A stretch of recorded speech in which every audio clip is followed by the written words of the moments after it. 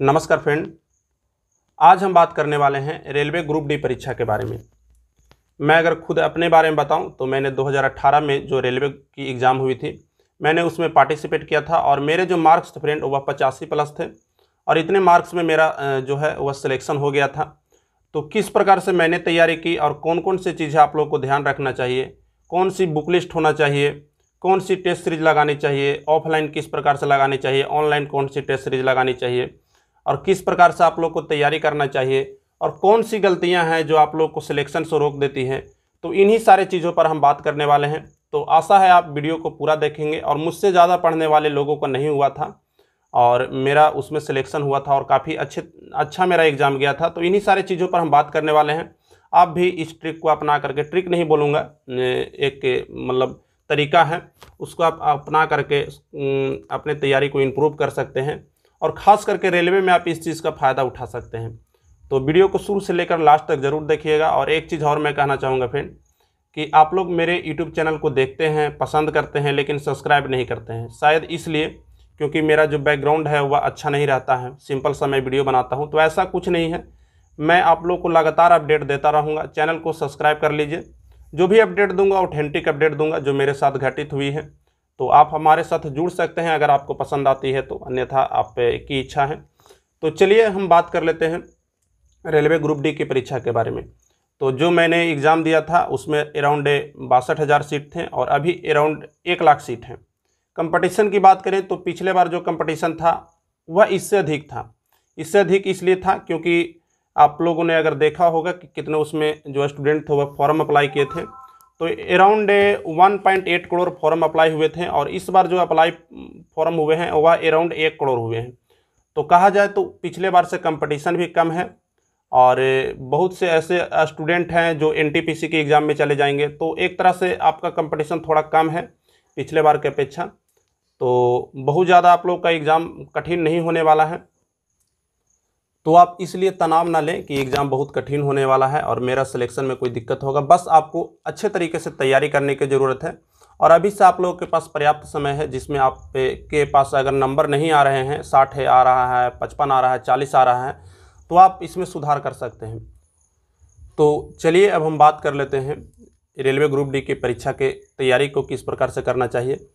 तो मैं यह जानता हूँ कि आप लोग मन लगा कर पढ़ रहे होंगे और सभी लोग मन लगा कर पढ़ रहे होंगे, लेकिन फिर भी अगर किसी का मार्क्स कम आ रहा है तो उसका कारण क्या है?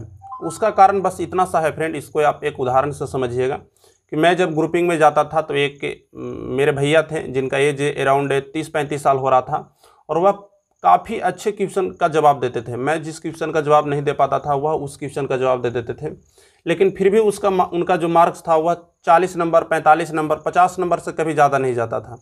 तो इसका कारण क्या था? इसका कारण बस इतना था फ्रेंड कि वह सिर्फ उसी क्वेश्चन का जवाब दे पाते थे जो उनके बुक्स में डायरेक्ट प्रिंटेड हो। जैसे मान लीजिए कि अगर उनसे यह प्रश्न पूछा जाए कि हिमालय की जो एवरेस्ट चोटी है उसकी ऊंचाई कितनी है तो वह बता देंगे, लेकिन अगर उनसे यह पूछ दिया जाए कि उत्तरी भारत की वह कौन सी पहाड़ है जिसकी पर्वत की ऊंचाई इतनी है, तो वह थोड़ा सा अगर क्वेश्चन को मॉडिफाई कर दिया जाता था तो चेंज हो जाता, उनका जो स्कोर था वह गिर जाता था।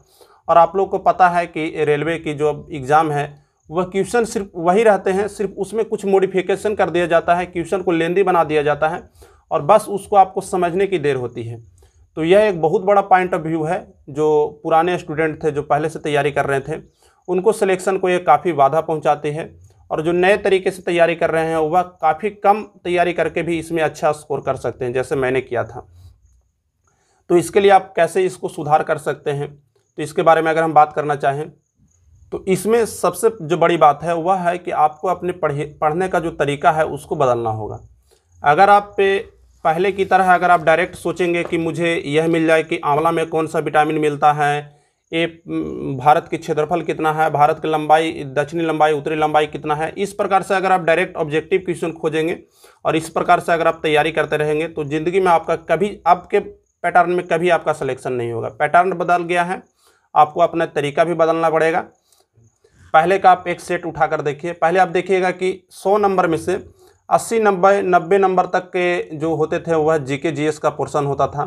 10 नंबर में मैथ रीजनिंग दोनों हो जाते थे, लेकिन अब आप देख रहे होंगे कि मात्र 40 नंबर और 35 नंबर तक ही जीके जीएस सीमित हो जाता है।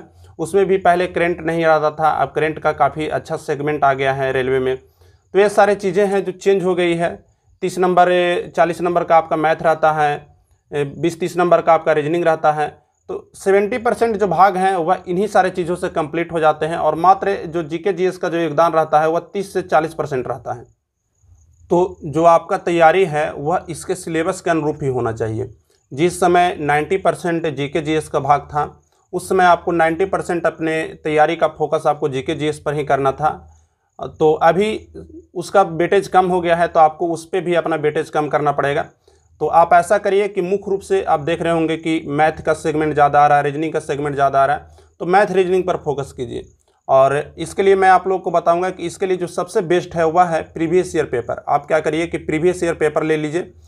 एक बुक आता है जिसमें आपको मैथ का अलग मिल जाएगा, रीजनिंग का अलग मिल जाएगा, तो उसको आप ले लीजिए और उससे आप प्रैक्टिस कीजिए। जो क्वेश्चन आपसे छूट रहे हैं उसको आप सोल्व करने का कोशिश कीजिए, चाहे कोई भी वह जगह हो, चाहे आप यूट्यूब पर उस टॉपिक को सर्च कर लीजिए या किसी बुक से आप उस टॉपिक को कंप्लीट कर लीजिए।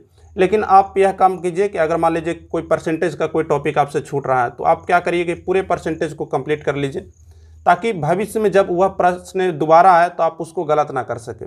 उसी प्रकार से आप रीजनिंग में भी कीजिए, जो टॉपिक आपसे छूट रहा है उसको उसी प्रकार से कंप्लीट कीजिए, ताकि भविष्य में जब वह प्रश्न दोबारा आए तो आप उसमें गलतियां ना कर सकें। इसके बाद फ्रेंड करेंट अफेयर का भी सेक्शन होता है, वह 10 से 15 नंबर करेंट अफेयर पूछे जाते हैं।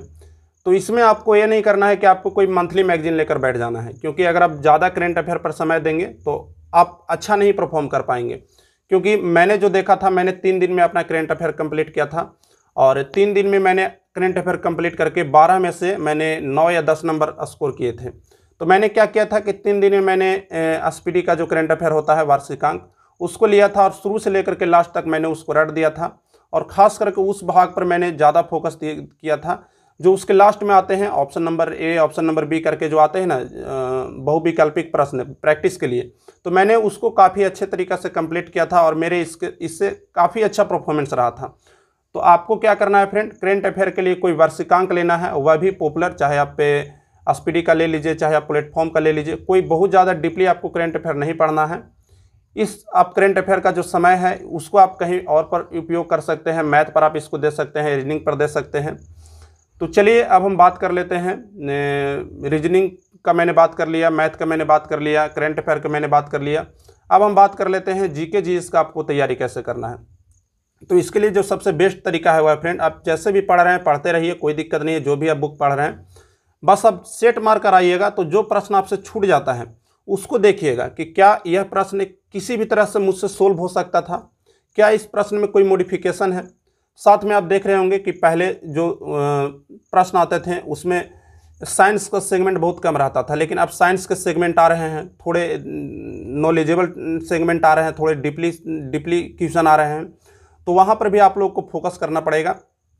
इसके लिए आप जो है, अगर आप बेसिक कॉन्सेप्ट बिल्डअप करना चाहते हैं तो 9-10 का आप फिजिक्स केमिस्ट्री ले सकते हैं, बायोलॉजी ले सकते हैं। इसमें आपको बहुत अच्छे तरीके से उदाहरण के साथ आप लोगों को समझाया गया है। भारतीय भवन का आप ले लीजिए, मैं खुद उसको 2 से 3 बार पढ़ चुका हूँ, पॉलिटेक्निक के लिए भी और अपने अदर एग्ज़ाम के लिए भी। वह मुझे काफ़ी अच्छा हेल्पफुल लगा, जो आपके बेसिक अंडरस्टैंडिंग को बिल्डअप करता है। तो वहाँ से आप वो चीज़ को कर सकते हैं।